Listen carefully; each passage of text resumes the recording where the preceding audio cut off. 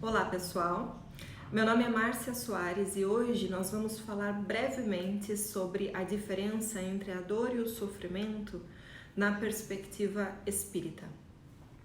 Então, para começar esse assunto, eu escolhi uma passagem de Mateus 11, 28 e 30, que diz o seguinte: Vinde a mim todos os que estáis cansados e oprimidos, e eu vos aliviarei.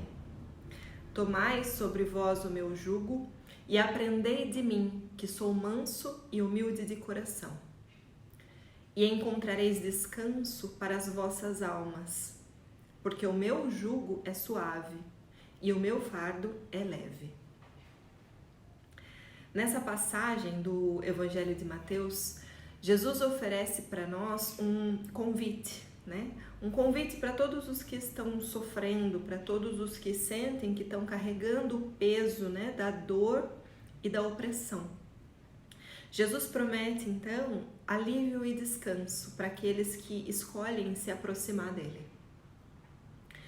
E aí a gente precisa falar da dor e do sofrimento, né, gente? A dor e o sofrimento são dois conceitos intrinsecamente ligados à nossa experiência humana, mas que muitas vezes eles são confundidos ou até utilizados como sinônimos.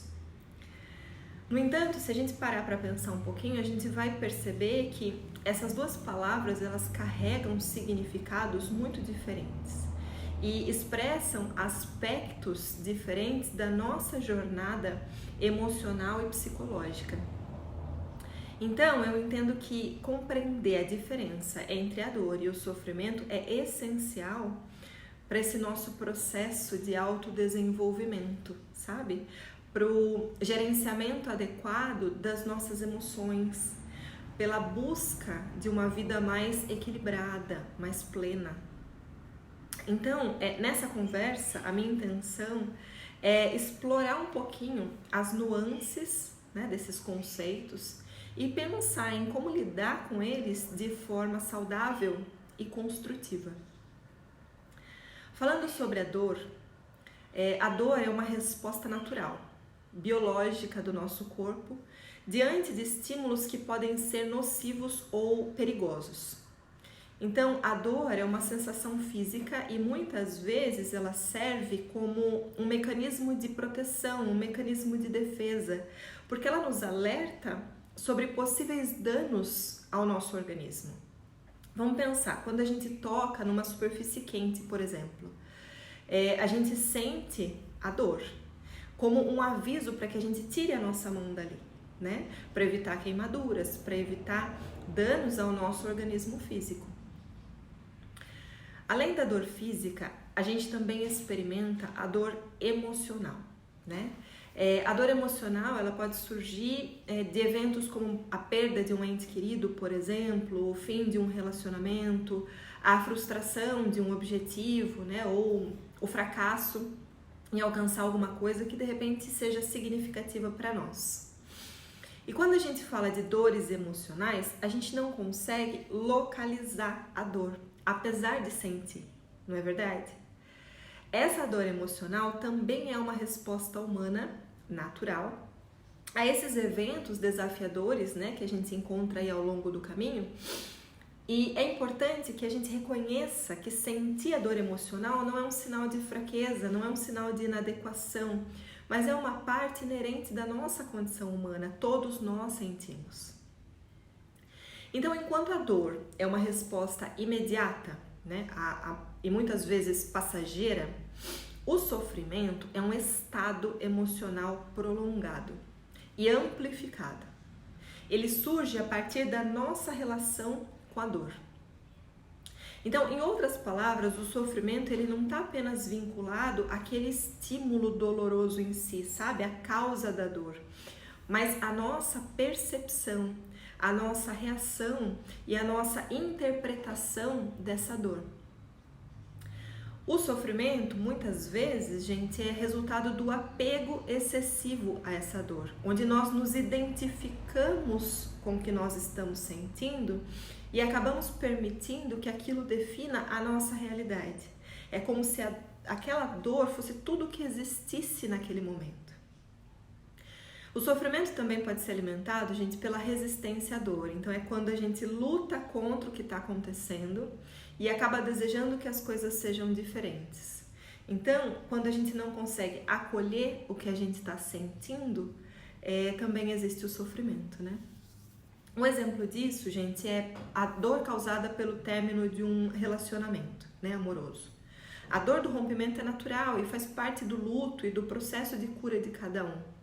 Mas o sofrimento surge quando nós nos prendemos ao passado, idealizamos aquele relacionamento ou nos martirizamos com pensamentos de autodepreciação, quando a gente foca na culpa, né? E aí a gente fica imobilizado.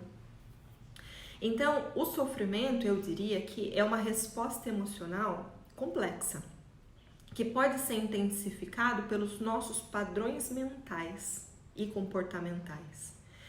Então, viver problema não é um problema, todos nós vivemos problemas, né? Todos nós temos e teremos as nossas dores ao longo aí do nosso caminho. Mas, assim como a gente escolhe, né, por exemplo, o canal de TV que a gente está assistindo, a gente precisa aprender, e quando eu digo aprender é um passinho de cada vez, é um processo, né? A gente precisa aprender a escolher qual canal está passando pela nossa mente, né? Escolher sobre o que a gente está pensando. Então a gente pode escolher pensar no quanto nós fomos vítimas em determinada situação, o quanto nós fomos machucados, no quanto o outro foi injusto comigo, e com isso a gente pode perpetuar o nosso sofrimento, ou a gente pode escolher pensar no quanto nós fomos fortes para sobreviver ao que aconteceu, né? E mudar o nosso foco, escolhendo então qual canal vai estar passando pela nossa mente. Interessante, né? Então, não significa que a gente deve passar por cima da tristeza, da dor que a gente sentiu ou sente, mas a gente precisa aprender que existe um tempo para esses sentimentos. Eles não podem tomar conta da nossa vida, né? Uma forma da gente mudar o canal da nossa mente é pensar em como a gente pode contar essa história da dor, né? Mudar a história que a gente conta sobre essa dor. Pensar qual é a história que eu estou contando para mim mesmo sobre isso que aconteceu, sobre essa ocasião que me causou essa dor. Quando a gente guarda uma mágoa e a gente pensa na dor que a gente sofreu constantemente, né, o cérebro ele acaba reagindo como se a gente estivesse em perigo naquele momento. O cérebro não consegue identificar, não consegue distinguir se aquela dor sobre a qual a gente está pensando está acontecendo agora ou se ela aconteceu há 3 anos. Então, gente, o nosso cérebro vai produzir substâncias químicas, né? Vai dar lá ordem para o nosso corpo, e nosso corpo vai produzir substâncias químicas ligadas ao estresse, por exemplo, que limitam as nossas ações. Então, quando a gente está sofrendo, a gente sente que está limitado, não sente? Cada vez que a gente foca na dor, os mesmos sentimentos são desencadeados, e isso nos dá a sensação de que o sofrimento que nós passamos é eterno. Cada vez que a gente conta a história da nossa dor, ressaltando o quanto nós fomos vítimas daquela pessoa e enfatizando o quanto ela foi cruel com a gente fica preso num papel que não deveria ser mais nosso. Já passou. A dor está no passado, já passou. Então, entender essa diferença entre a dor e o sofrimento nos leva, gente, a uma lição valiosa, sabe? A importância da aceitação e da resiliência diante das dificuldades da vida, que são passageiras. São passageiras. Se vocês ainda não viram a minha palestra sobre a transitoriedade, sugiro que vocês deem uma olhadinha, porque eu entendo que essa percepção, esse entendimento, né, da efemeridade das experiências que a gente passa enquanto encarnados, nos traz uma nova perspectiva diante das dores que a gente experimenta ao longo do caminho. Vai haver dores, não tem jeito. A gente está encarnado aí num planeta de provas e expiações, a gente não está de férias aqui. Então, aceitar a dor como parte dessa experiência humana nos permite lidar com ela de uma maneira mais saudável, mais madura, sabe? Construtiva e não destrutiva como é na maioria das vezes. Então, em vez de tentar fugir ou negar a dor, a gente pode enfrentá-la de frente. Reconhecendo as nossas emoções, né? Aí parte do autoconhecimento, percebendo aí o que eu tô sentindo, por que eu tô sentindo, de onde tá vindo isso. Percebendo então aquilo que eu preciso sentir, acolhendo tudo isso e olhando, gente, para aquilo que precisa ser cuidado em nós. Cuidar e curar são palavras que têm a mesma raiz etimológica, porque toda cura pressupõe cuidado. Então, olhando com carinho para esse momento de dor, que pode parecer desafiador para nós, né? Nós nos daremos a chance de, quem sabe, entendermos as lições que as dores vieram nos assinalar. Porque, gente, vamos pensar, se aquilo está doendo em mim, é em mim que eu preciso cuidar, né? Se está doendo aqui, é aqui que precisa ser trabalhado. Não está fora, não está no outro, está em mim. E aí a gente também precisa pensar sobre o perdão, né? Sabe aquela história? Ah, mas eu nem lembro mais disso. Eu deixei pra lá, já esqueci, nem penso mais. Quantas vezes a gente empurra pra dentro de nós aquela situação que foi dolorosa pra nós, sem que a gente se permita sentir, não é mesmo? A gente esconde da gente mesmo. Mas será que esse deixar pra lá é perdoar? Como saber se eu realmente consegui perdoar alguém por alguma situação que me causou dor? Essa resposta está dentro da gente, né? Então, uma maneira de descobrir é a gente lembrar da situação que aconteceu, daquela situação, daquele momento que nos trouxe dor, e prestar atenção no que a gente sente. Se eu conseguir olhar para aquilo de um outro ângulo, identificando a lição, né? E não o mal que aquela pessoa me fez, desejando que aquela pessoa seja feliz, que ela siga o caminho dela em paz, sentindo meu coração leve, né? Tendo a sensação de que tudo está distante, está no passado, está lá longe. São fortes indícios de que a gente conseguiu perdoar, de que a gente digeriu tudo aquilo e que passou. A grande dificuldade em perdoar passa pelo processo da gente conseguir sair do papel da vítima, né, da situação, para compreender o erro do outro. A pessoa, ela não perdoa, gente, porque ela não aceita ter sido magoada, né? Ela não consegue entender os motivos que levaram o outro a magoá-la. E também é muito comum que a gente não consiga compreender a atitude dos outros porque a gente sempre está olhando com o nosso óculos, né? Então a gente pensa, eu jamais teria feito aquilo, e não aceita que o outro fez. E aí a gente esquece, né, que cada um age e se comporta de uma forma diferente. Na minha percepção, ninguém causa dor a outra pessoa conscientemente, sabe, gente? Eu entendo que normalmente quem fere tá ferido e ainda não conhece um outro caminho, não conhece uma maneira mais amorosa de se relacionar e acaba ferindo as pessoas.